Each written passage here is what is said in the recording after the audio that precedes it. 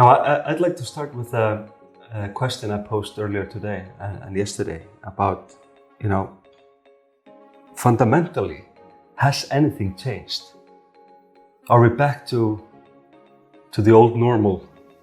In Denmark, when I look at schools, I can see that some teachers and some students are capable of doing more and more interesting things than they were used to be doing. But I also see especially teachers going backwards to where they came from with a sigh of relief. Back to normal. Now we can do as we always did. And when looking at our project, I think that there's no turning back, because even though they want to go back, they are not allowed to, or they cannot, because of the students, or because of the head teacher, or because of something else. So no matter how we look at things, it's not possible to go all the way back to where we came from. But it depends on it depends on where you start out, and it depends on, I think, what kind of country or what kind of school you're from. Because the things we have seen are very different. If we're in Finland, or if we're in Greece, or if we're in Iceland, and so on. But do you think then that it's boils down to individual initiatives, that there are teachers or school administrators that decide something, but there's not a universal or a common unified change, but it is COVID has changed individuals? COVID has changed the way that we talk about ICT. In the way that it's more or less forbidden to say out loud that I don't want to use computers, or I don't trust ICT, or something like that. Everyone agrees that this is not something you could say today.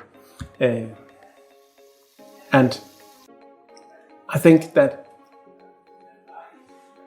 boiling everything down to almost nothing, then this would be again the understanding that the way we talk about things have changed. And when we talk about things in a different way, there's a tendency that we actually act differently as well.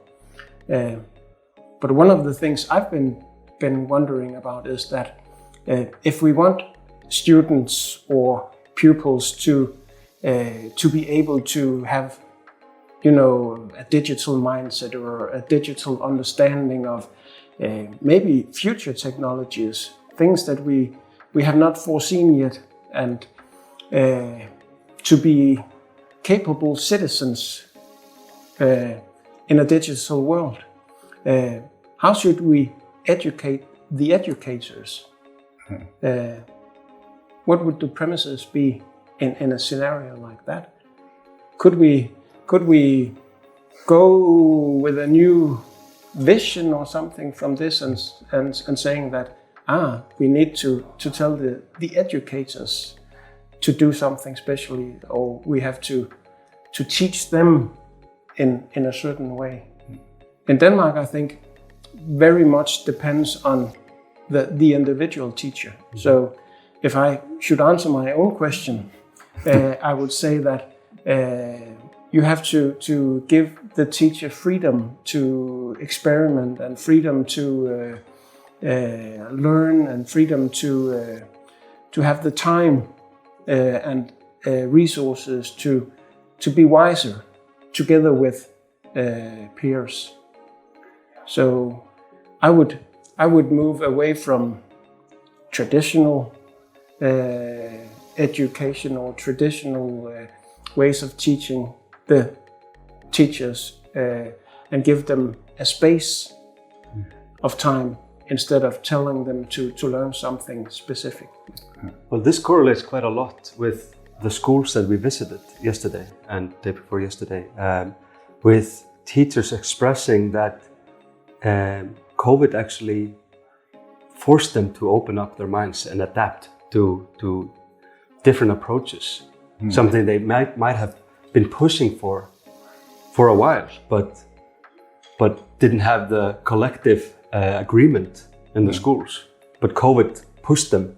So maybe the adaptability and the flexibleness or creativity to introduce something else is, on an individual basis, is something that COVID has given us. But what when it's not a matter of emergency, but instead of, it's a matter of maybe urgency or interest.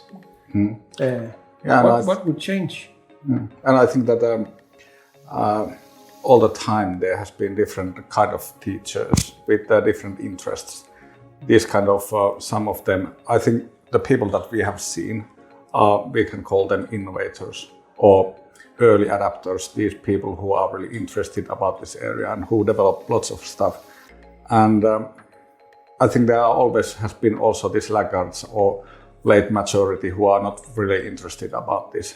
But I think now this, with COVID, this work of these innovators and early adapters, it became sort of like life vest. So that, okay, thank you that you are here, and that now the information was really valued and really important. So I think, yeah, that was in that sense sort of good thing that they really got appreciated. And then one for Peter's comment is that there's something interesting about this. Are we going back to the normal, or sort of it always that question has slightly negative sound. Are we going back to normal? What if the normal was really good? And then we are lots of talking about this miracle of 1 weekend. So when everything had to change, was the change, was it pedagogical sound, use of technology? I'm not sure about that, but I think that as you mentioned, it was really important push, sort of like to start thinking about these things and thinking of pedagogical sound ways of using technology. But will we ever be normal again? I mean, normal is always changing, and normal is always defined from the current or the presence that we live in. So normal, even though we say back to normal, there is, collectively we have moved. It's a new normal. There's a new normal. New normality, we say. Yes. So even though we go back, we are not. We're taking 2 steps forward and 1 backwards. If it is backwards, it doesn't have to be backwards. We're just talking about technological progress, or. But after every revolution, never you go back. After French Revolution, there was a restoration. Apparently, everything went to the previous normality. In reality, French Revolution changed completely the way of thinking the future, not only for Europeans, but for the most of the world. Therefore, when you have a real revolution, and this was a real revolution, because it was shown that it was possible to do things that were considered impossible, such as in the revolution. Therefore, is a revolution, and is a revolution that now had to enter in a second phase. In some fields, this could happen more easily. For example, in adult education, in training inside the firms, is easier because it's completely changed the mentality.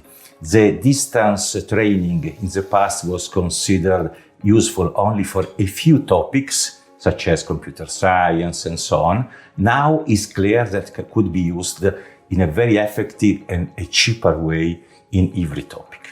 In university was a revolution because teachers were not favoring distance learning because it's diminishing the power of the teacher, and now they were forced to do it, and it's very difficult that it could be possible to go completely back. The big area of possible change or possible restoration is the primary and secondary schools. But I think that we need a different organization of the time. Because if all the time in the schools is inside the building, and if the program is very strict, of course there is a big difficulty to have a new normality. But this is the past. This is in paper, not in fact. For example, in my opinion, for the primary and secondary school, we need a big effort to introduce flipped learning. Because flipped learning is a good methodology to make a strong change in this kind of education.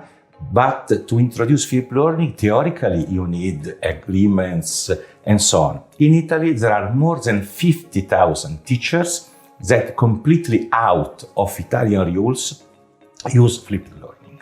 50,000, not 5, not 500, not 5,000. Therefore, was a so strong movement before COVID, and now is a lot stronger. Therefore, such as in every revolution, when you change, you can't go completely back because it's not effective. No? Therefore, I am quite optimistic. On the other hand, we need, in my opinion, and this is a kind of question I offer to you, how can we change the mentality of the principals that sometimes were not prepared to the future and are not prepared to manage schools in this way, in which is not everything inside the building? How we can involve more the parents for primary and secondary schools? Because the parents, in the normality, they have their children in a building, studying, everything is okay. When they go back home, sometimes they don't want to make homework, it's finished.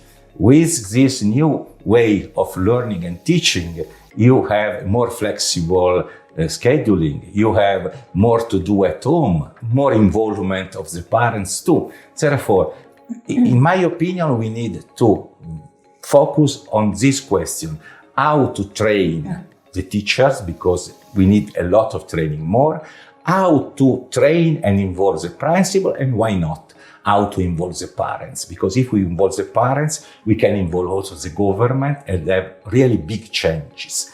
We need, in my opinion, and I finish, we need that the school and university became an environment that had not to be open 6 hours a day.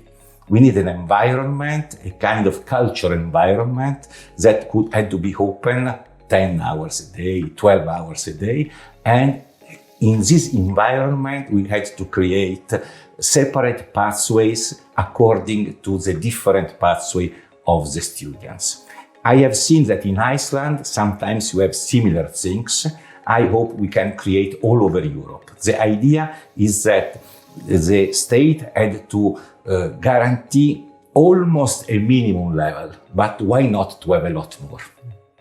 Well, okay, just very briefly, because you mentioned changes in primary schools and universities involving parents, involving school principals, but you come from adult education and training, so employers are also those that have to adapt to this new approach. Employers were forced to adapt to this new reality, and most of them are happy because the new reality, because it's cheaper and more flexible.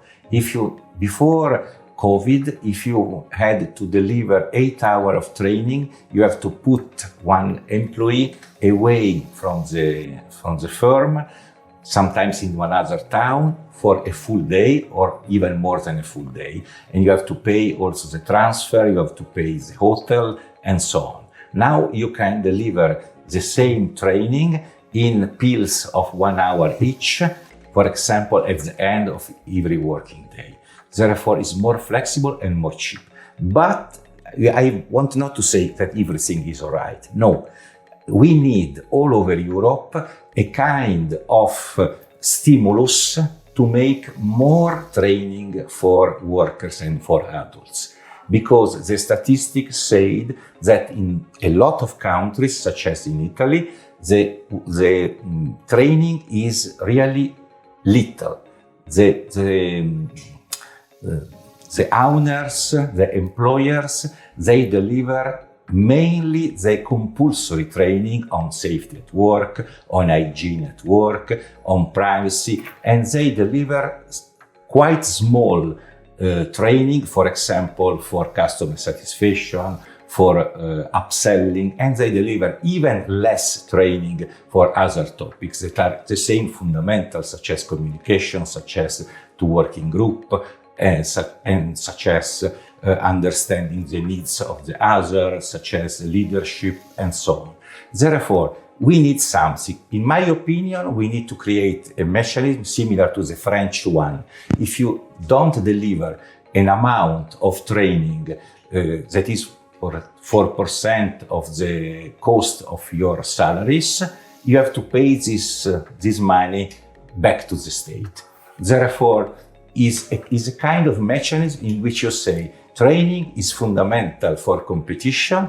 You are allowed to do it as you want inside some rules. If you don't do, you give the money to the state and the state is delivering the training.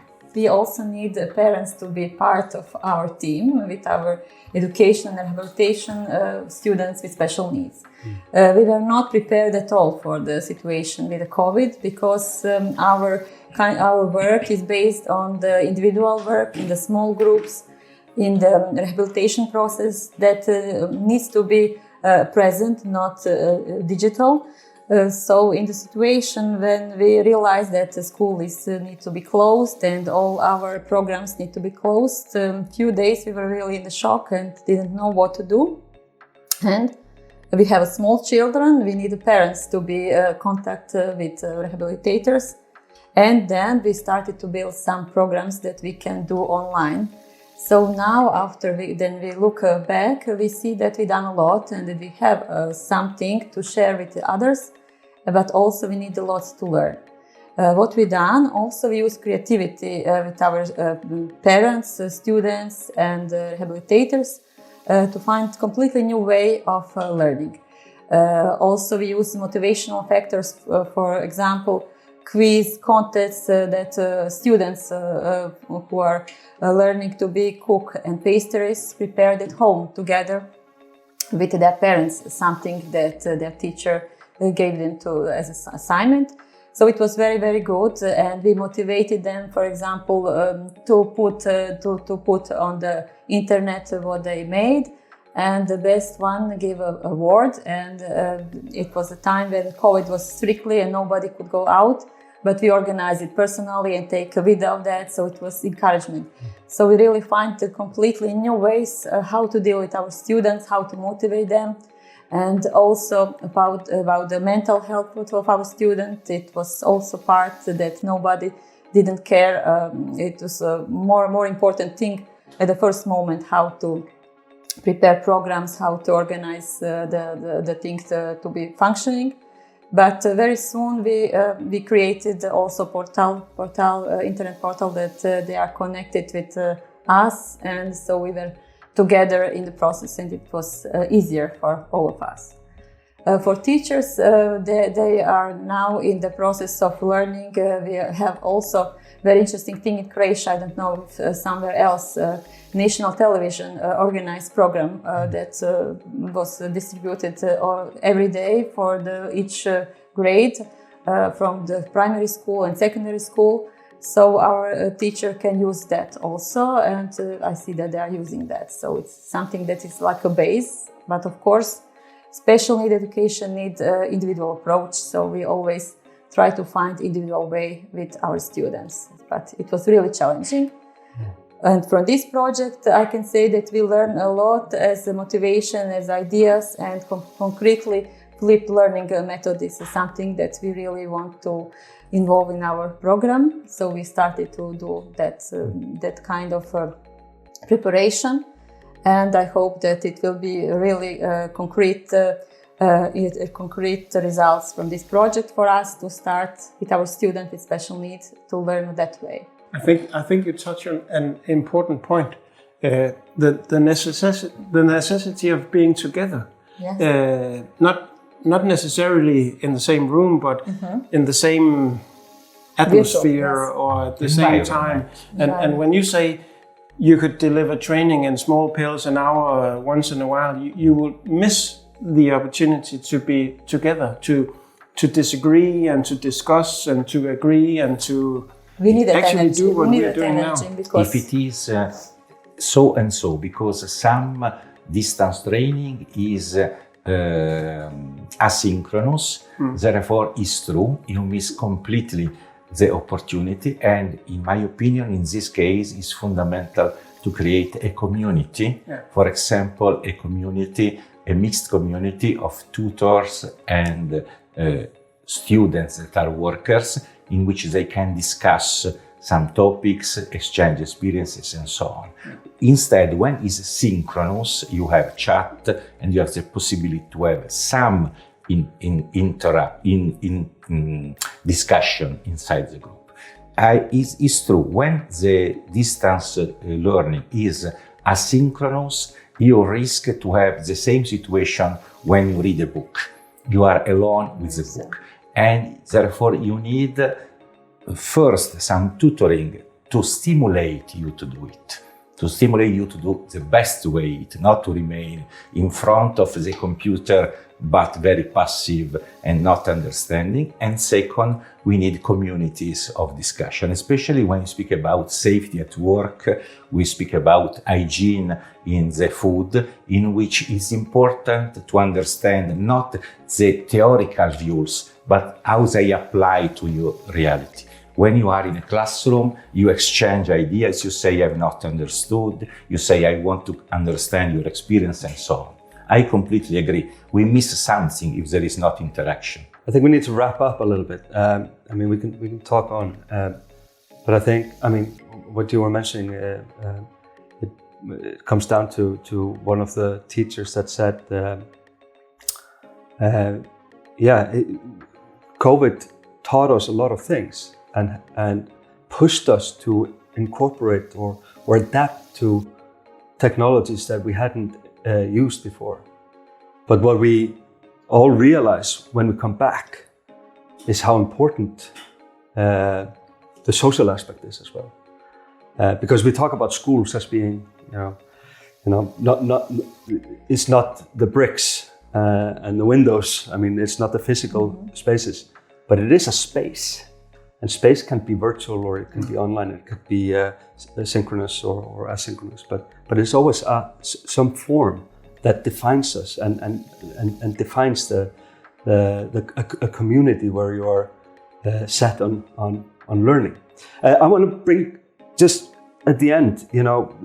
This is a project focusing on good practices and lessons learned, and we are at the latter part of the project. And I just want to hear very briefly about, is there anything you are taking from this? You mentioned flipped learning, Brigita. Yes. For me, it was the realization that schools survived. Schools, teachers and school administrators, and not least students, they adapted quite quickly. Of course, it was a sense of emergency to begin with, like we learned in Denmark. It was emergency education, what you called it. But now it's, moving from emergency towards maybe an urgency or a necessity of saying, okay, what are the things that we gained during the emergency times or that we can actually build on? You mentioned flipped learning, but are there any other aspects or any other things that you treasure and you feel like, well, this is something I can build on professionally or personally? The last online university where we were visiting, and the rector somehow pointed, I think it was really wisely, that when we had to change and develop, we didn't so much try to innovate, but we seek the best available practices that has been tested and which has been found that they work really well, and we relied on them and it works really well. And I think That was really interesting point. I think there are two ways, sort of like we really need these creative innovators that will find new ways, test new pedagogical practices with ICT. They are highly important. And then I think it's really cool that we can say that, okay, it's also very good that if you're not so much of innovator, that we have already these really good, well-working practices, and it's okay to take them, sort of. I think one of my takeaways is that you should never underestimate a teacher. Even though they do not want to do something, they can. And even though they feel it's something which is against their thinking or something like that, they will find a way to adapt, and they will find a way to make it theirs. So whenever someone says, I can't, or I do not have the time, or this is too difficult, they can, and they have the time. So trust and never underestimate a teacher. That is a great line for in-service teacher training. Yes, you can. It's true. Yeah, you can. yes. It showed us that everyone could actually teach online, and everyone could prepare their teaching, and everyone could deliver something which was successful. And maybe this just planted a seed. This is what will grow then in the future when you have the support and the breathing space after COVID to say, okay, I have planted the seed within me saying I can't do everything.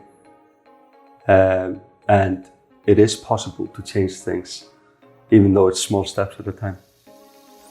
To work by projects and to work with flip and learn tools is the secret for a good future in secondary and primary education. And in a lot of countries, they go more and more working in teaching by projects. Therefore, you have your program, you have to study, for example, all the story, all the geography and so on, but you focus a single thing with a group of students, one other single thing, one other group. You try to be interdisciplinary, you try to involve parents, you try to involve testimony of other important persons. Therefore, I think that not only there is a strong seed, but there are also many didactic methodologies that could be used in different environments.